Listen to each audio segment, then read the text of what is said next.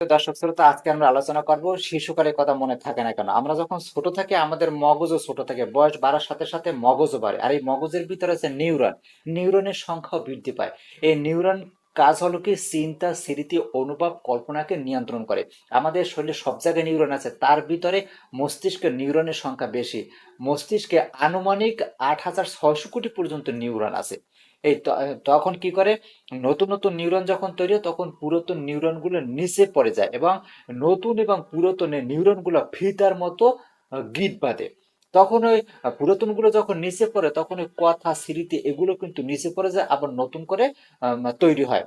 এইভাবে চলতে থাকে ৮ বছর পর্যন্ত। যখন ৮ বছর হয়ে যায় তখন আমাদের মস্তিষ্কে হিপোক্যাম্পাস নামে একটা অংশ আছে।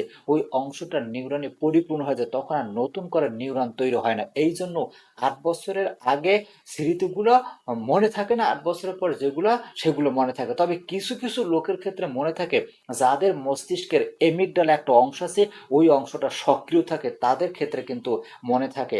ওই এমিগডালা অংশটি তখন হিপোক্যাম্পাসকে একটা সংকেত দেয় যে তার এই স্মৃতিটা খুবই তীব্র সক্রিয় স্মৃতি, এটাকে জমা করে রেখে দাও। তখন কিন্তু এটা জমা থাকে এবং সেটা মনে থাকে। কিন্তু এটা বেশিরভাগ লোকের ক্ষেত্রে হয় না, অল্প অল্প বিশেষ বিশেষ কারণে এটা হয়ে থাকে।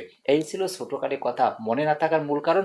ভিডিওটি ভালো লাগলে লাইক দেবেন, কমেন্ট করবেন। সকলকে ধন্যবাদ জানিয়ে শেষ করছি। আল্লাহ হাফেজ।